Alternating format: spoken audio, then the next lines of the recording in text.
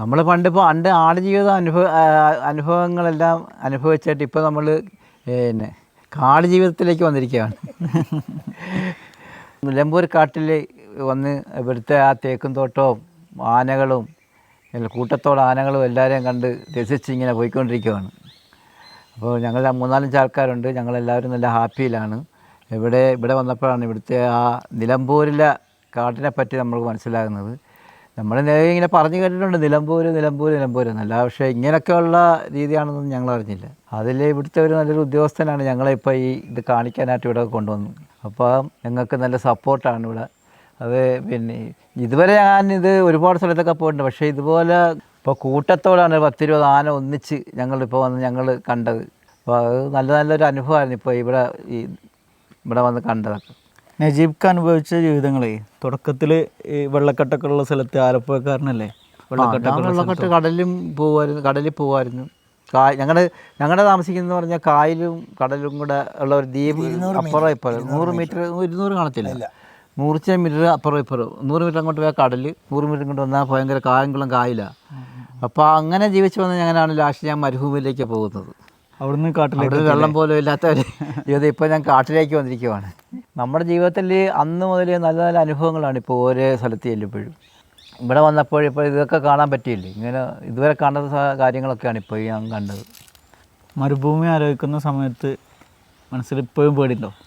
ഇപ്പോഴും മരുഭൂമിയിലെ കാര്യം ഇപ്പോഴും എനിക്ക് ആ ഞെട്ടൽ ഇതുവരെ മാറിയിട്ടില്ല. കാരണം ഞാനിപ്പോഴും നമ്മുടെ വീട്ടിലിങ്ങനെ രാത്രി പാരാത്രി കിടക്കുമ്പോൾ ഇപ്പം ഞെട്ടി ഇങ്ങനെ ഉണ്ട്, വണ്ണാക്കം വെച്ചുകൊണ്ട്. അപ്പോൾ എൻ്റെ വൈഫ് പറയും എന്താന്ന് പറഞ്ഞാൽ ഒരുപാട് പല പ്രാവശ്യങ്ങളിൽ പിന്നെ എന്തെങ്കിലുമൊക്കെ ഓതിയിട്ടൊക്കെയാണ് കിടക്കുന്നത്.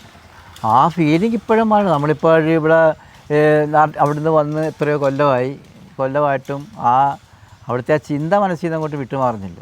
അന്നത്തെ അനുഭവം അതേപോലുള്ളൊരു അനുഭവമായിരുന്നു. ആരുമായിട്ട് യാതൊരു ബന്ധവുമില്ല, ഈ ആടും ഞാനും മാത്രം.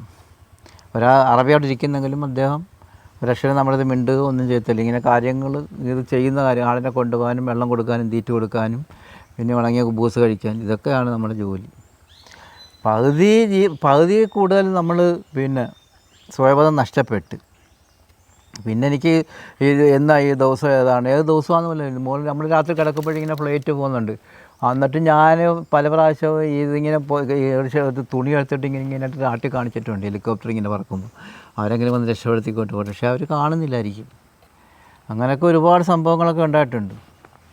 പിന്നെ ഞാൻ പകരം എനിക്ക് നമ്മൾ അള്ളാഹുവിനെ വിളിക്കുകയാണ്. എന്നെ ആരെങ്കിലും വന്ന് രക്ഷപ്പെടുത്തിയത് എന്നാലും സ്വീകരിച്ച് അതേപോലെ തന്നെ ഒരാൾ വന്ന് രക്ഷപ്പെടുത്തിക്കൊണ്ട് പോകും. അതൊക്കെ എനിക്ക് മറക്കാൻ പറ്റാത്തൊരു അനുഭവമാണ്. കാരണം ആളെപ്പോഴും ഓർമ്മ ഉണ്ടോ? ഇപ്പോൾ ആളിനെ ഇപ്പോഴും എൻ്റെ മനസ്സിലാവുന്നുണ്ട്. അള്ളാഹുവിൻ്റെ ഭാഗത്തുനിന്ന് വന്ന ഒരു ഇതാണ്. അതൊരു പരീക്ഷണ കാലഘട്ടം തന്നെയായിരുന്നു. പിന്നെ നമ്മളിങ്ങനെയൊക്കെ വരണമെന്നെല്ലാം പിന്നെ ഇങ്ങനെയൊക്കെ ഇതുണ്ട്, അതുകൊണ്ടാണ്. അല്ലെങ്കിൽ ഇപ്പോൾ ഇവിടെ നിലമ്പൂർ വരേണ്ട കാര്യം എന്തുവാ? ഈ ആടുജീവിതം നയിച്ചുകൊണ്ട് മാത്രമല്ല ഇപ്പോൾ ഞാൻ നിലമ്പൂർ വന്നത്. ഇതെല്ലാം ഒരു നിമിത്തമെന്ന് പറഞ്ഞാൽ മതി. ഇപ്പം നമ്മൾ ജനിക്കുമ്പോഴേ നമ്മുടെ ഇതെല്ലാം എഴുതി വെച്ചിട്ടുണ്ട്. നമ്മൾ ഇന്നതൊക്കെ അനുഭവിക്കും, ഇന്നതൊക്കെ എനിക്ക് വരാനുണ്ട്, അതൊക്കെ അനുഭവിച്ച് നമ്മൾ മരിക്കത്തുള്ളൂ. നമുക്ക് അന്ന് അനുഭവിച്ച അത്രയും നാൾ അനുഭവിച്ചതിൻ്റെ ഒരു കഷ്ടതയുടെ ഒരു ഫലമാണ് എനിക്ക് ഇന്നിപ്പോൾ ഇങ്ങനെയൊക്കെ ആകാൻ കഴിഞ്ഞത്.